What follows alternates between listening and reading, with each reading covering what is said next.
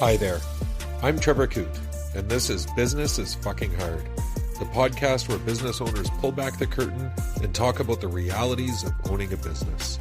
We'll hear their stories, learn some lessons, and have some fun along the way. Thanks for joining us.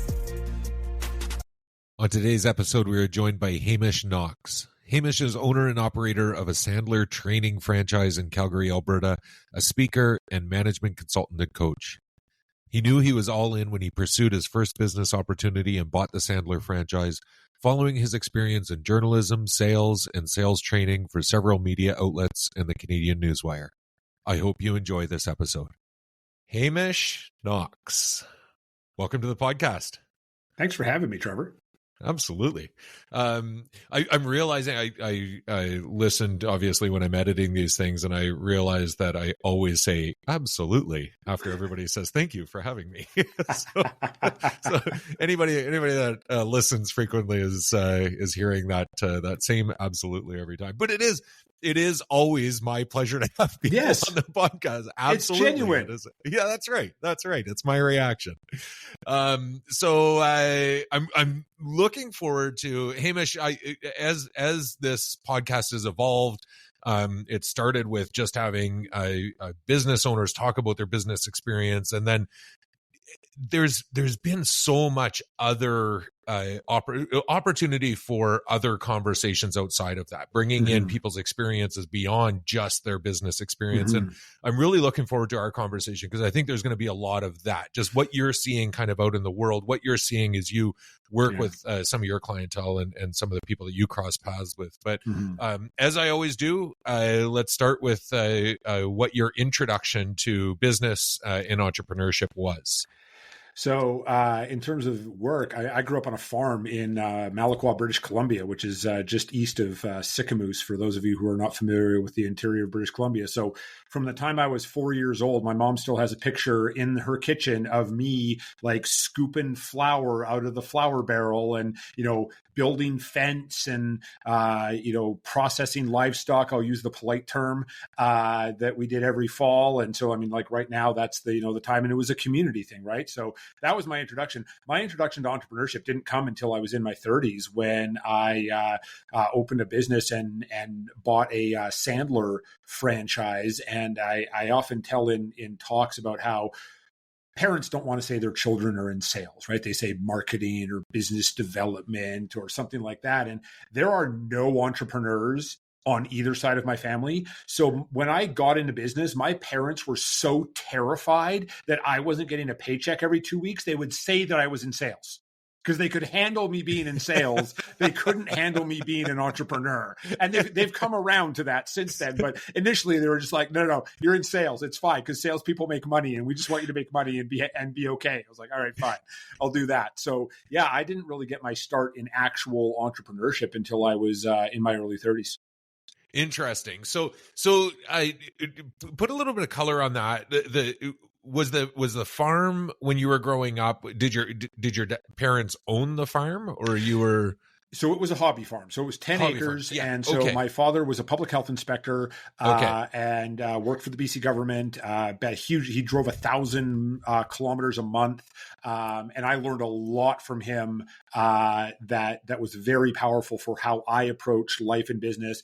My mom stayed at home with my brother and I until we got into grade school. And then she was a noon hour supervisor. She taught piano. She worked at the local branch of the Okanagan Public Library.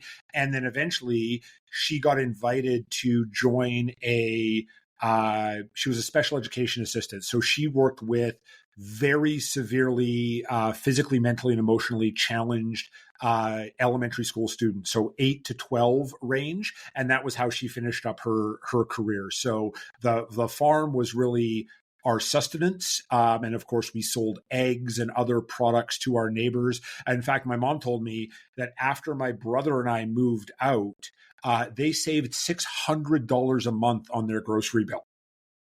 Yeah. And we grew up on a farm. We grew most of what we ate, and they still saved $600 a month. Yeah. It's so this isn't let's explore our youth podcast and unpack that. But it's amazing how similar our journeys were. My dad worked for the federal government. We had a little hobby farm. We had eggs and milk, and that was where I really learned, the discipline of your day doesn't end when you're done school. You got to go out and do the chores and all of that kind of thing. Kind of the element of hard work. And my mom was a teacher, so very, very similar.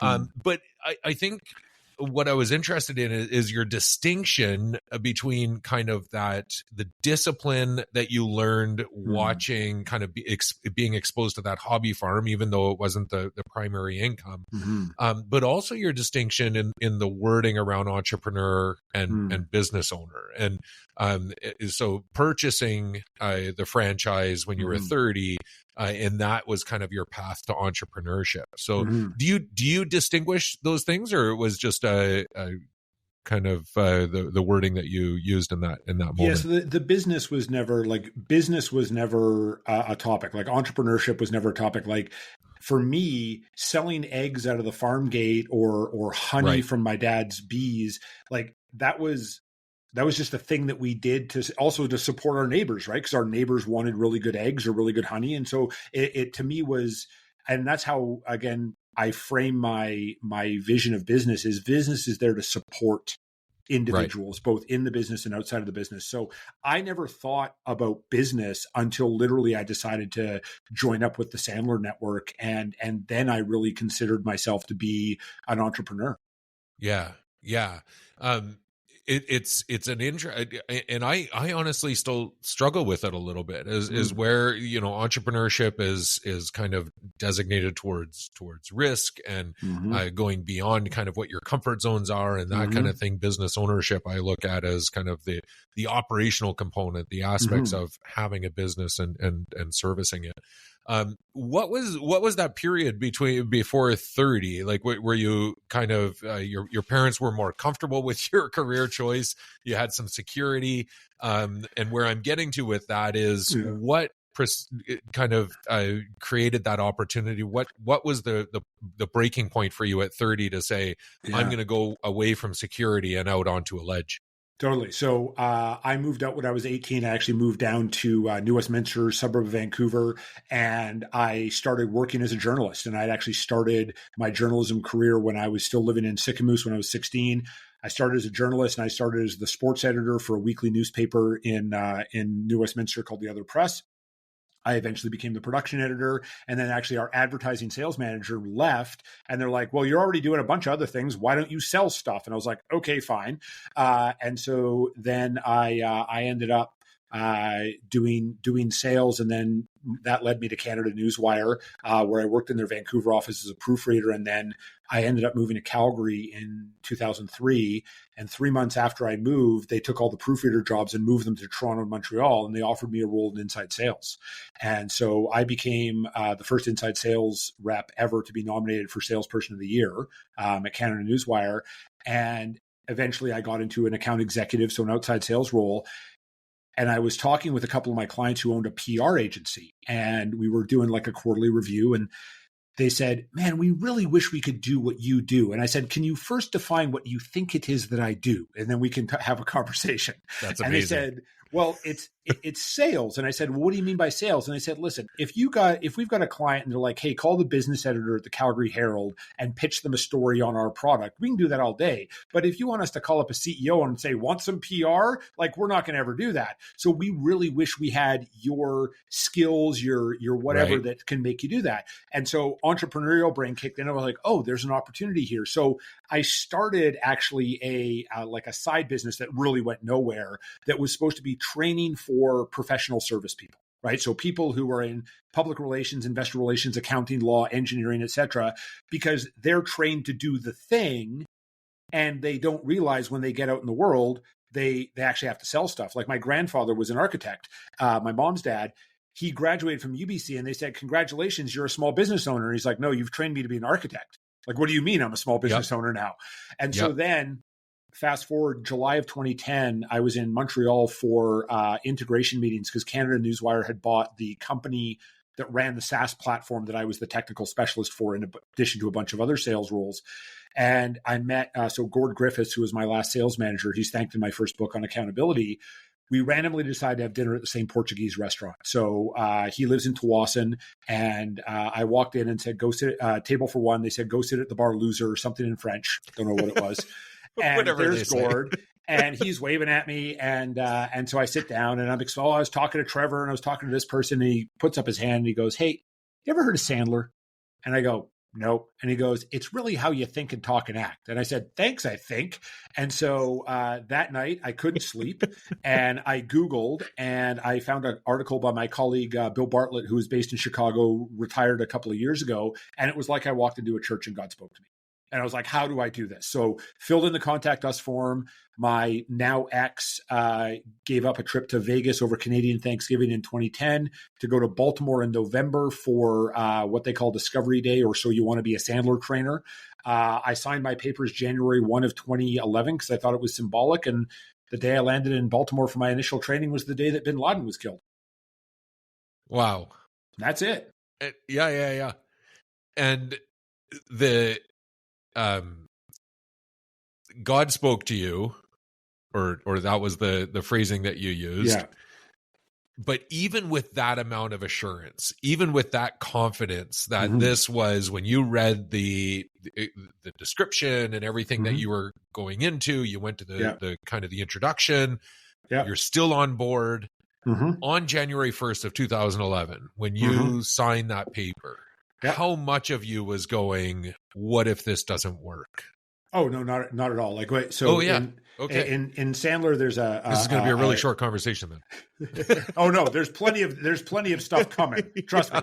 It starts great, right? We've all seen Behind the Music. It was about to take a dark turn. Like that's what we're getting to. We're getting to. And so no, when we went to this Discovery Day, so Sandler has a technique called the thermometer. And so you basically say to someone, hey, on a scale of 1 to 10, 1 is never doing it, 10 is you're all in. Right. Where are you? Right. And so my wife at the time, we're sitting down with the VP of franchising, and they were qualifying us just as much as we were qualifying them. Sure. So we sit down, and Ron Taylor was the VP of franchising at the time, and he looks at me and says, so on a scale of 1 to 10, oh, you're a 10. I know you're a 10. And he turns to my wife and goes, okay, how about you? And she says, well, I'm a 9. And he says, well, what do you need to see or hear to get to a 10? She says, nothing. I got to see him do it. I was like, okay, that's fair. So no, I was all in my first 6 months since I opened up my Sandler business, May 11th of 2011. I made 5,000 cold calls. And that was either speaking directly with or leaving a voicemail for a decision maker. So it was 9,000 to 15,000 dials because I was going to make this work. The dark stuff came later, and I'm happy to share that. Yeah. So you start out your ambition. You made the right decision. By all accounts, in your mind, you made the right decision. 5,000 cold calls. Were you getting the response that you needed to know after 6 months that, okay, this is still the right decision? There's something to be made here. So yes, and the biggest challenge that in my business is no one wakes up in the morning and says, I need leadership training today, right? Like Sandler is the largest leadership and sales development company in the world, and we are always creating demand, right? There's the demand fulfillment, demand creation. We are clearly in the demand creation business. And over those 5,000 cold calls, like I ended up being named Global Rookie of the Year for 2011 because I closed a bunch of business and I grew my company. It did tell me that there was something there. Sure. And also I needed to shift because after 6 months, I went back and I looked at my prospecting plan, which Sandler calls a cookbook. And I went, oh, wait, I'm a telemarketer. And I'm not a telemarketer. Yeah. Right. So I shifted my cookbook to focus on getting initial appointments with potential clients. Magically, I got more initial clients while doing less prospecting calls. Right. So that was the first indication of like, okay, there's something here. And if you just keep going down the same train track, you're going to fail. So you have to be more like a sports car than a train. And what did that, like, obviously that was a bit of an epiphany for you at the time, like to change that mentality and change that process. Were there other iterations of that you can kind of reflect on where you saw that same kind of need? 100%. Like Yeah. and actually I'm just going through one right now, which we talked about briefly before we started recording. I've Yep. got a brand new go-to-market positioning. So yeah, every couple of years, I would notice that I was getting into a bit of a comfort zone, right? So, and I was getting into a bit of a rut, and I would need to shift how I was going to market, or I would need to shift the type of buyer I was talking to, because I'm a softie. I'm sure it doesn't come across on the podcast. I literally want to help everybody. And I've learned that you can't do that without burning yourself out.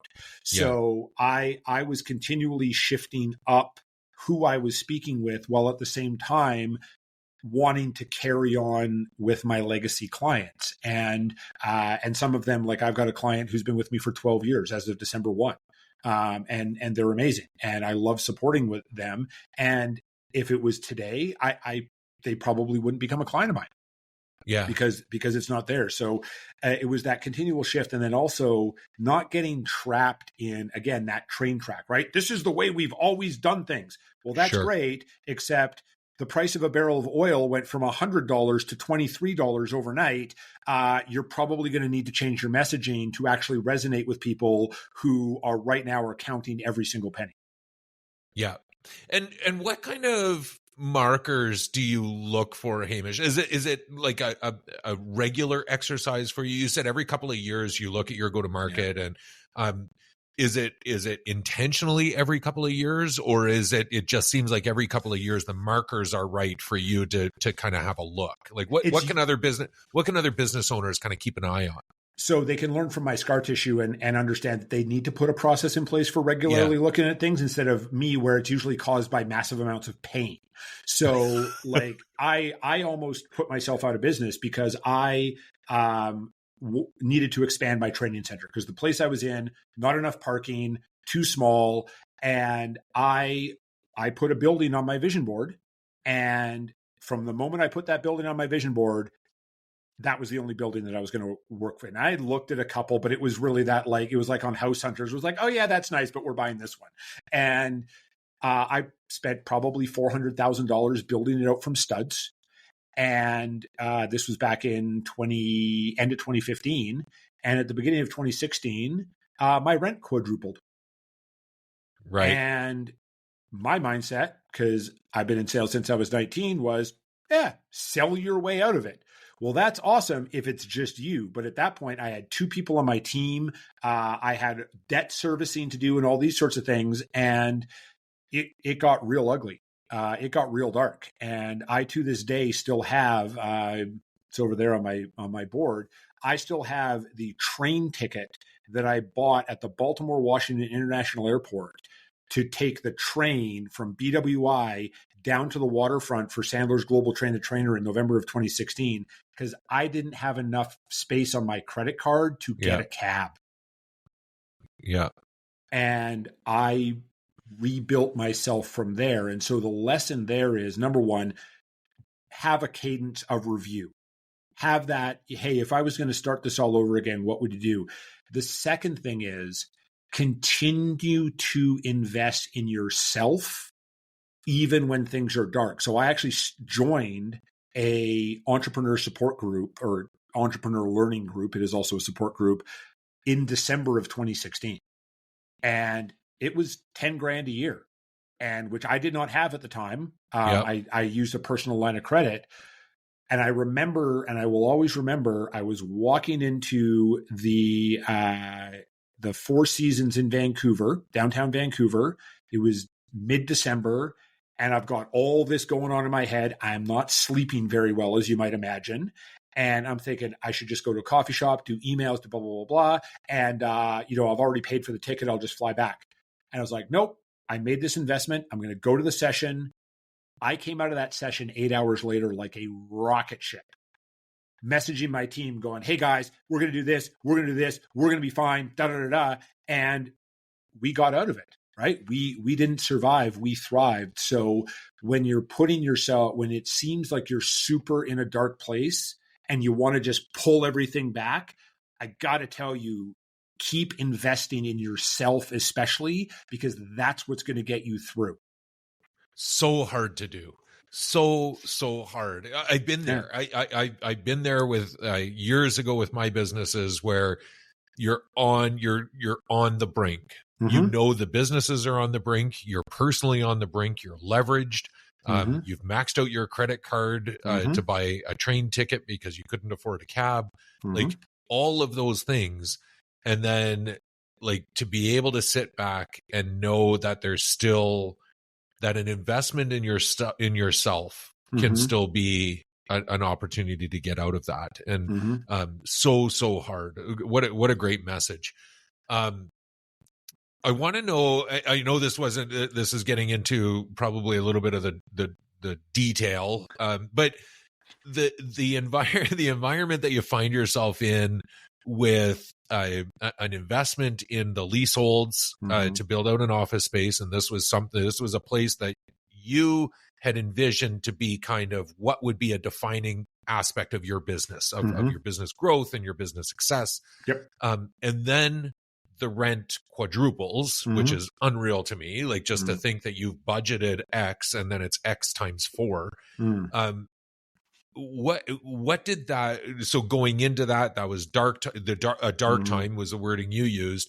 Mm-hmm. What was the movement to get out of that? So like what was it, just going to the landlord and saying, look, I'm out, you're going to bankrupt me, or what did that process look like? Because I think so many people can relate with maybe not that specific story, but something very similar.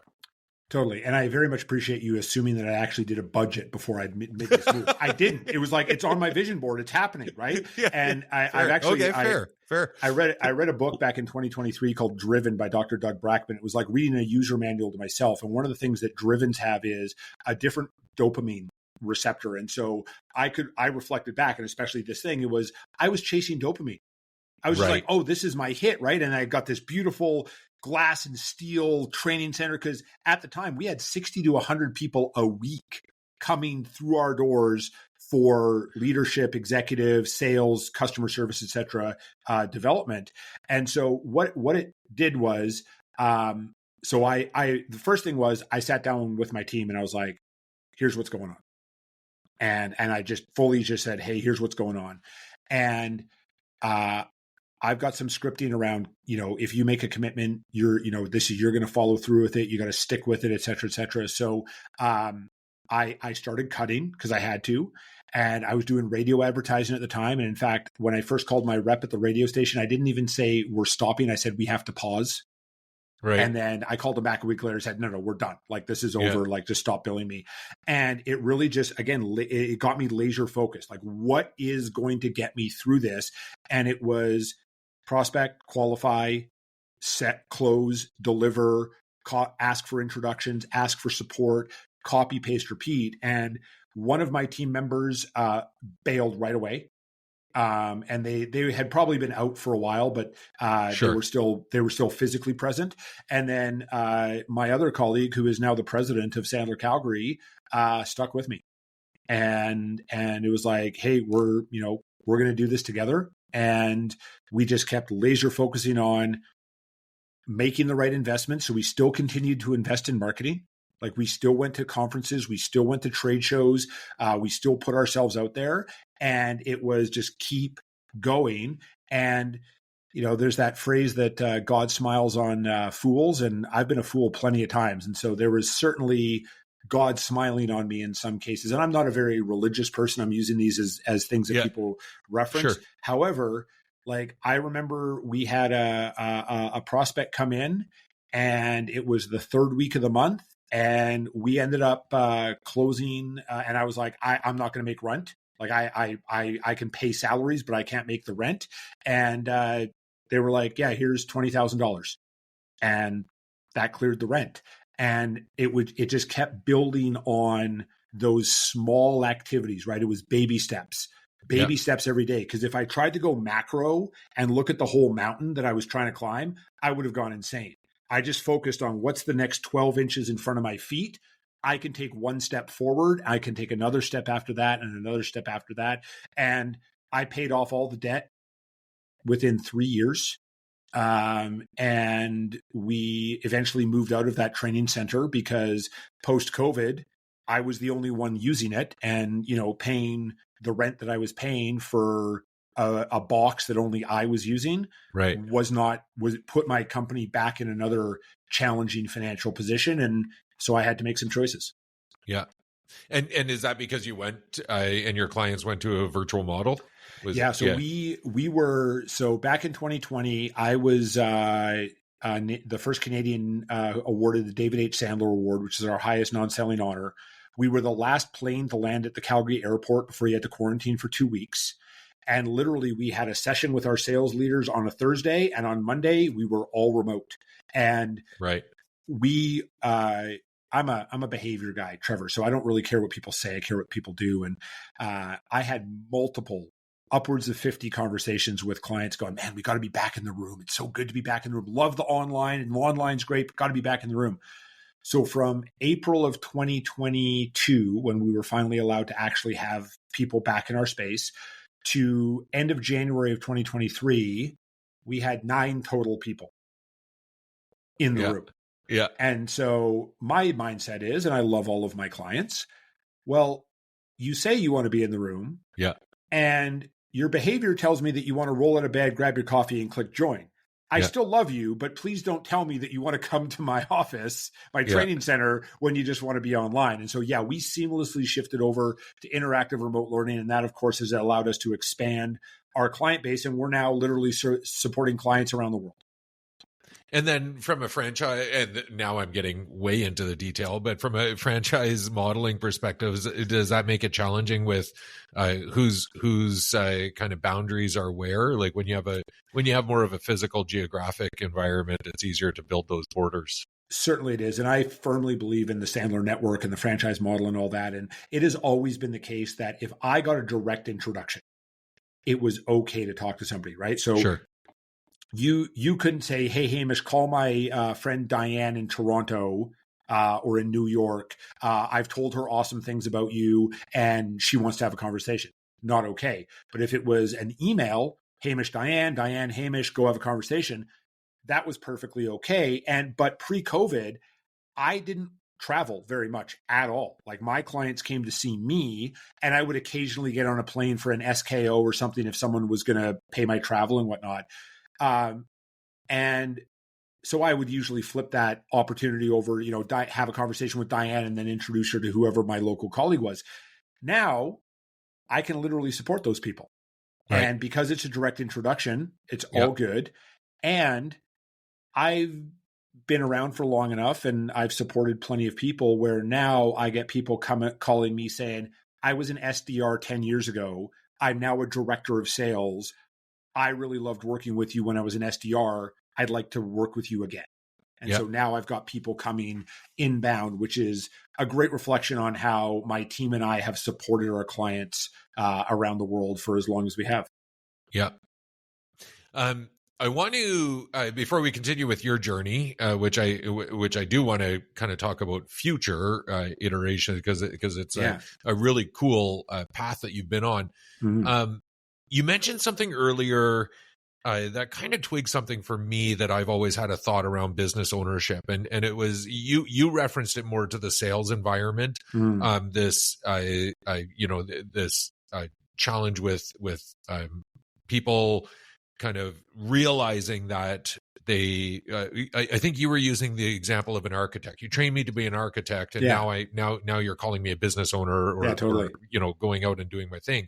Yeah. And I see that so much in small business is, and the example that I always use, this is this isn't a specific reference to plumbers, but I've always used the example of plumbers is you have a really good plumber in a plumbing shop.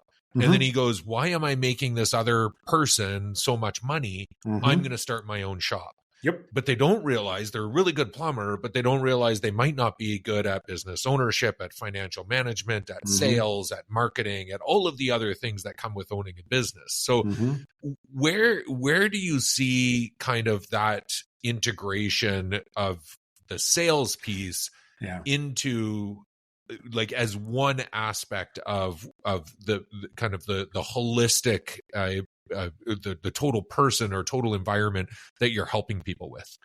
Totally. And I have two daughters, 12 and 9, as we're recording this. I have never said to either of them, I want you to be in sales when you grow up. I have said entrepreneur, which is code for salesperson, and they'll find that out later. And so we'll break down. We're going to come back to that. We'll come back to that. Absolutely. Yeah. And so, the challenge that we have is, none of us have a good mental picture of a salesperson. Right? We don't want to be pushy. We don't want to be aggressive. And I've heard this from plenty of clients that we've worked with in the trades, especially. And the thing is that sales is communication and communication is sales.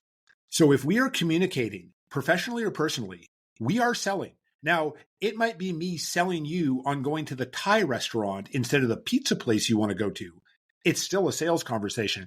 So helping the entrepreneurs understand that nothing happens until someone sells something. In fact, we just had a leader speak at our in-person sales leadership summit, and they just actually exited their business earlier than they planned to, 4 years instead of 6, for a 1,200% return on what they paid for their company.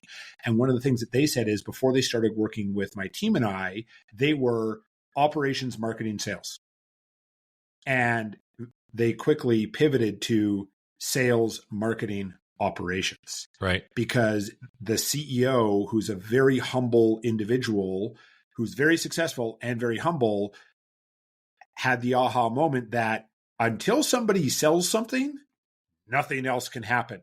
So shifting that mindset of I'm supporting. That's another thing, is where people think sales is evil and slimy because they've had the pushy, aggressive salesperson who was out for their own interest instead of the buyer's interest. And we invert that. We teach our clients to invert that and be buyer focused and support the buyer get from where they are to where the buyer wants to be, not where we think the buyer should be to where we think the buyer should go. And so when I'm working, especially again with trades, it's how do we have a purposeful conversation as opposed to a sales event?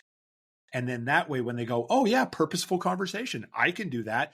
Absolutely. We're here to have a conversation, not try to slap someone in handcuffs and say, press hard, third copy is yours. Right. Do you consider sales to be a skill? Like you use communication and conversation, and which I completely agree with. Like and your pizza joint versus Thai joint, example is exactly right. But so I'm going back to a conversation that I had with a colleague, and her comment was the one skill that she wants her kids to learn, regardless of whether they're going to go into business for themselves or not, whatever they end up doing, is sales, because it's kind of like it is kind of a holistic skill set in her eyes. Yeah. Do you agree with that? Is sales a skill that you can learn? Salespeople are made, not born. Like the born salesperson is complete nonsense. Sure. It's a cliche I wish would go away forever. So salespeople are made, not born. Also, sales is a science, not an art. And that's how we frame it. And it's really, if you think of the scientific method, which is hypothesis, experiment, data, revise hypothesis, is my hypothesis is Trevor could be a good prospect of mine. So I run an experiment, which is I ask you a series of questions and we have a conversation back and forth. I get data, which is the responses you give me. I revise my hypothesis. Oh, Trevor's not a good candidate. That's okay. And I was saying this today in a workshop. My phrasing is, and I've said this earlier this week to a couple of buyers that I said no to, was, listen, if it's not a good fit, I still love you. We're just not working together right now. That could change in the future, and that's okay with me. How does that sound to you? And they all went, oh yeah, that's really good. Yeah, that was actually, I had one person say, that is the nicest way someone has ever told me no in my entire life. Right.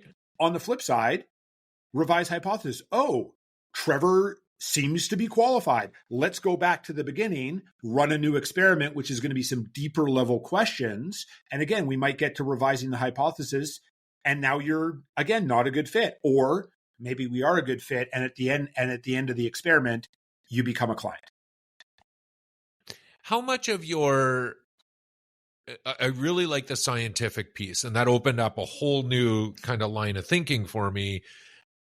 how much of your training, or if like, let's go outside of what you do as a business, right? Yeah. And if you're just talking to a colleague or somebody else, you're giving advice or just chatting with them about their business endeavors. Yeah. And you kind of take this perspective of what you train people on, how to look at sales as a science and open up conversation and communication. How much of those of your guidance would create a conversation where you're telling people to not sell as much as they sell?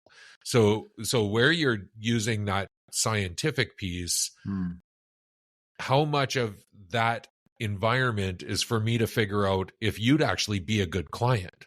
Like maybe I'm trying to sell you something, but I also am trying to figure out, like, maybe this isn't a fit from my side, even though I'm trying to sell you my widget. Yeah, 100%. So one of the core concepts that we teach our clients very early on is this idea of equal business stature. So traditional sales is like buyer, seller, smack. Thank you. Sir, can I have another? Right? It's unequal position.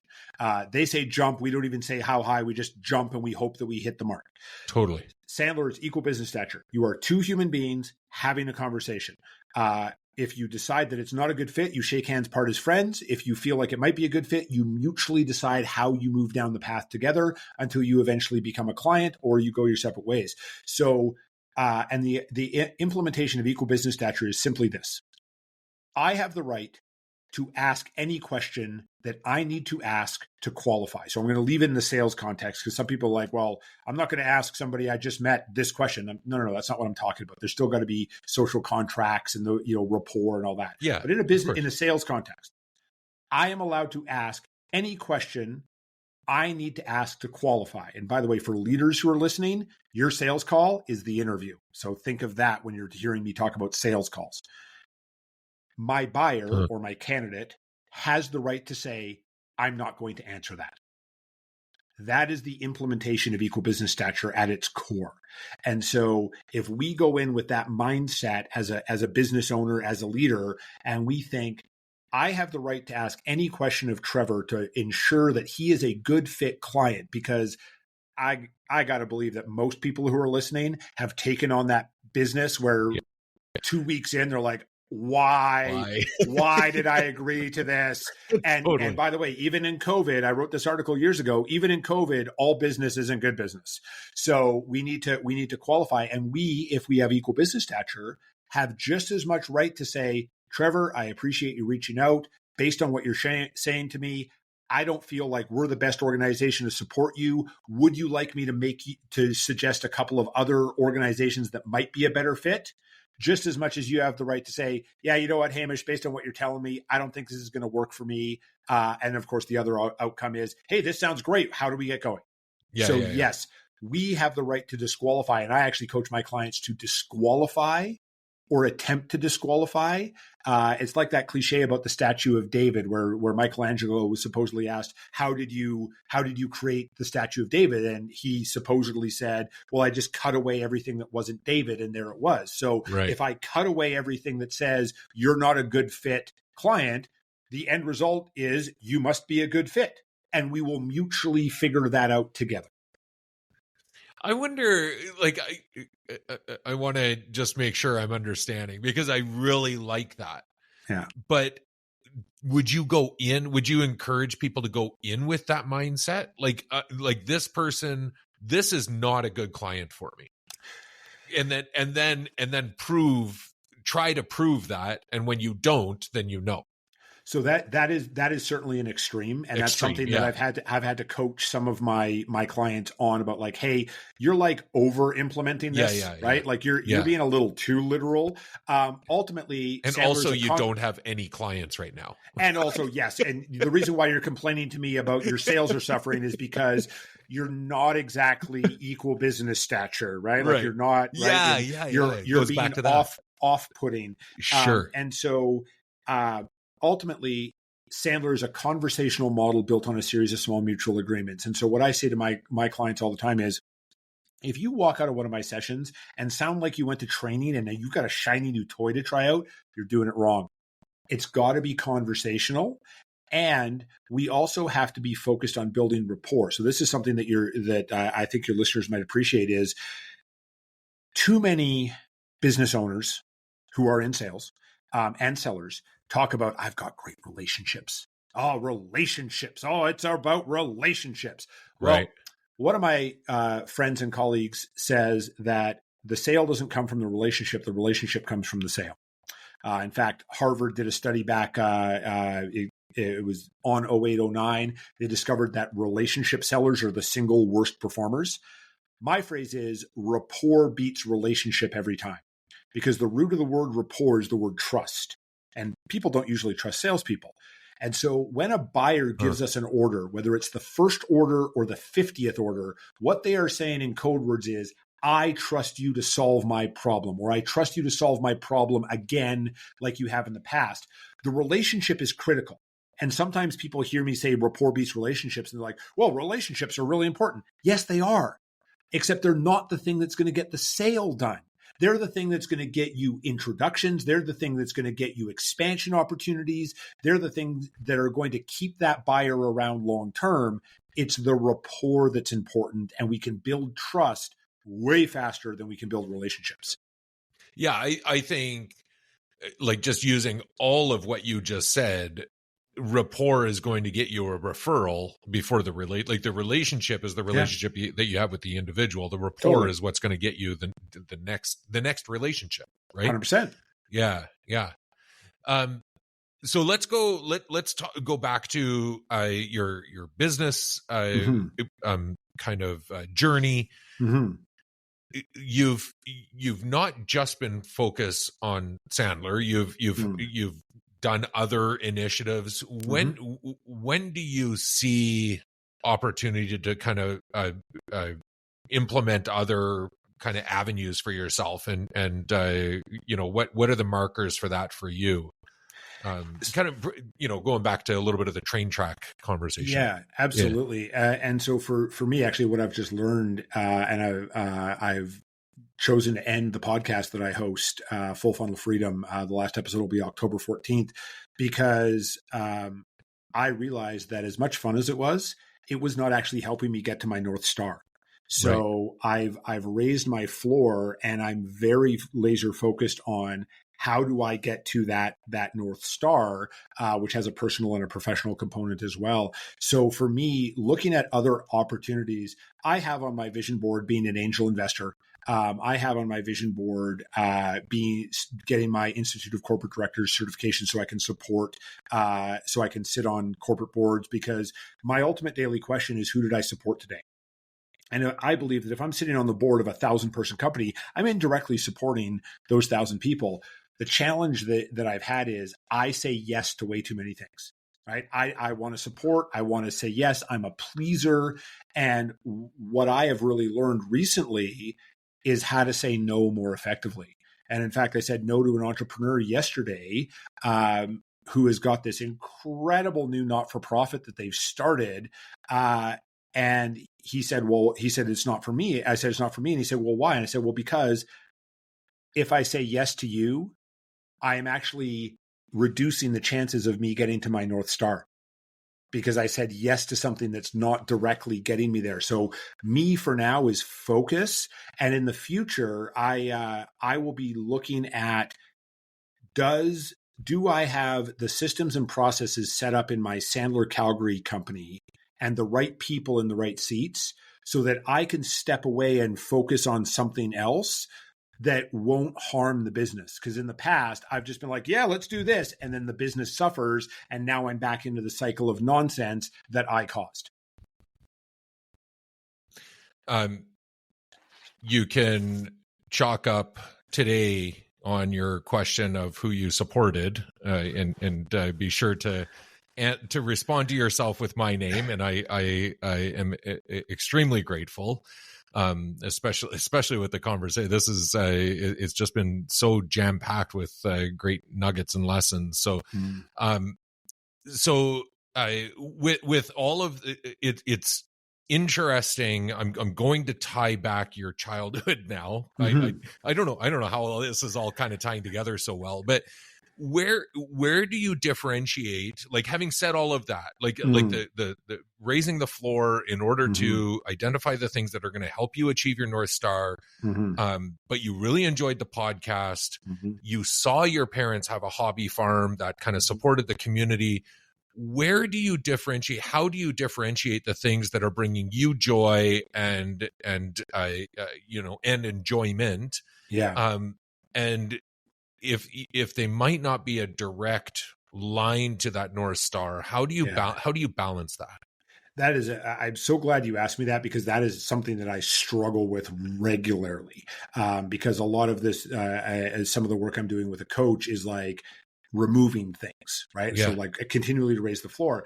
And at some point, like, I'm not a monk, right? I'm not just going to like give away all my worldly possessions. I just joined a cross-country ski team in May, timing, and I've got a vision to do the 19 ski marathons around the world that comprise the World Loppet. But what I look at is, okay, if I'm training in cross-country skiing, what am I doing? Well, I'm increasing my body. I'm increasing my endurance. Right. I'm leveling up my mindset. Well, that ties directly into what I do on a day-to-day basis to support my team, support my clients, and I really enjoy it. And the thing that I am incredibly grateful for is I don't actually feel like I work.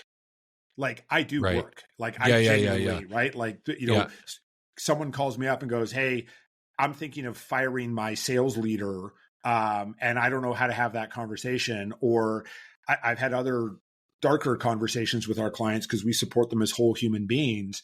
I don't really feel like I work. So this North Star that I'm on, it's all about the things that I already enjoy, that are already that already bring me money, so I can afford things for myself and for my daughters. They can expand my relationships with my team and my clients. And so what I've really struggled with is, how can I take the things that I love and integrate them on the path to the North Star? And with the things that I still love and they're not going to get me there, I don't kill them. I just maybe do them less often. Right. So they're still there. I don't have to say goodbye to them forever. And that's a question that I'll encourage all the listeners to ask themselves on a daily basis. And the question is, does it advance my business?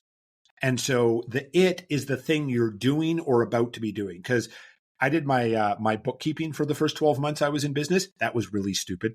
It was a really, really stupid thing to do. And at one point, and it's like the cobbler's children, right? So I had given this advice to business owners that I was working with about, does this advance my business? And then I'm sitting at my desk at 2:00 on a Thursday entering in my receipts. And I was like, wait a second. Does this advance my business? No. Okay, let's go find a bookkeeper. So that's the other, like, Occam's razor, if you will, that I apply is, does it advance my business or does it advance me towards my North Star? If I can't say 100% yes, I just either stop doing it or I reduce the frequency that I do that activity. Yeah. Yeah. And I mean, it was a little bit of a loaded question, like one that is hard to answer. I think everybody, it's a very personal thing for everybody. Is you can't remove all of the things from your life and just focus on business, because then, as you pointed out, like the cross country skiing, it becomes more of a holistic piece. It's contributing other factors to making you who you are, and kind of building that health and that tenacity.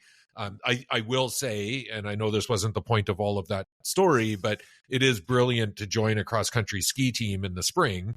And then you can say, I was a member of a cross-country ski team for 6 months, and then, but you never actually did anything. Don't ask me which months. Exactly. Very smart. Very smart. Hamish, what's next for you? Where do you see, like you talked about some of this resetting aspect for you. Do you see like a direct path to kind of those things on your vision board, like angel investor?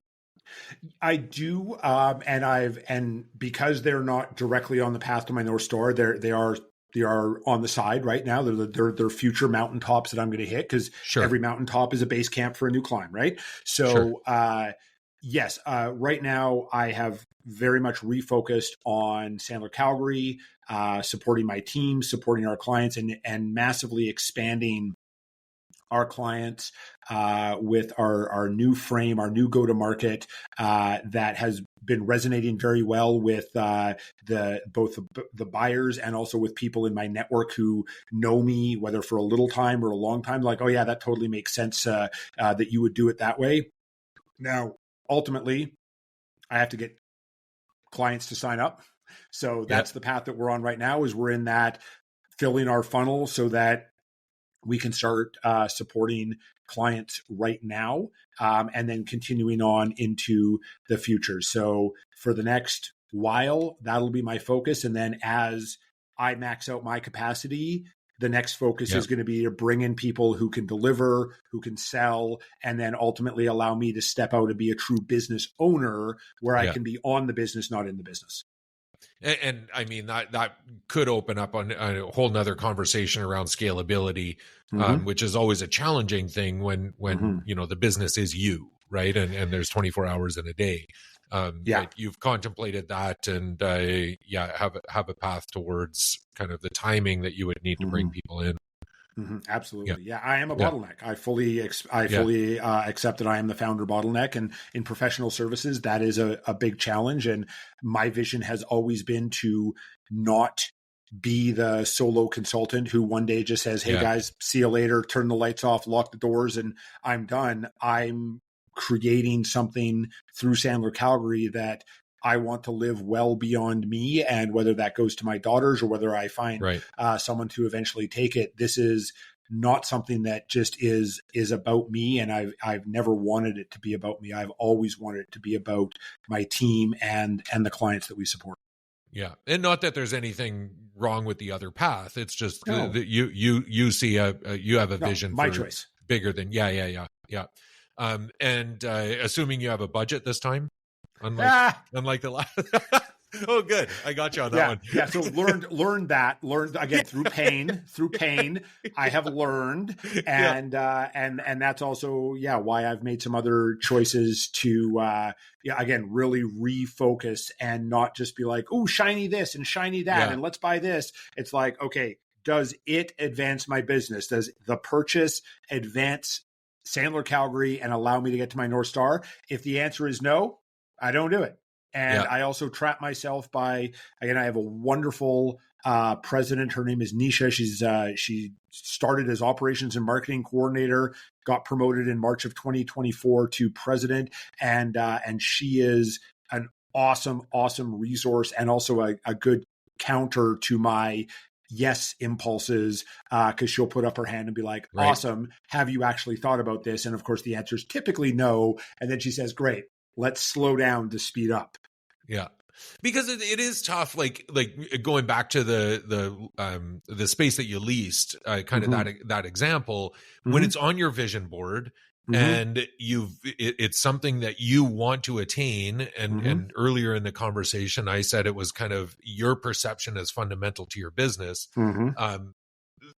It's hard to be objective and say, when you ask the question, does this advance my business? You know, when you've already got all of that ingrained, you know, like it starts to, you might have already been predisposed to the answer. So, having those other people, you know, to bounce those ideas off of and trusted, counsel, that's awesome.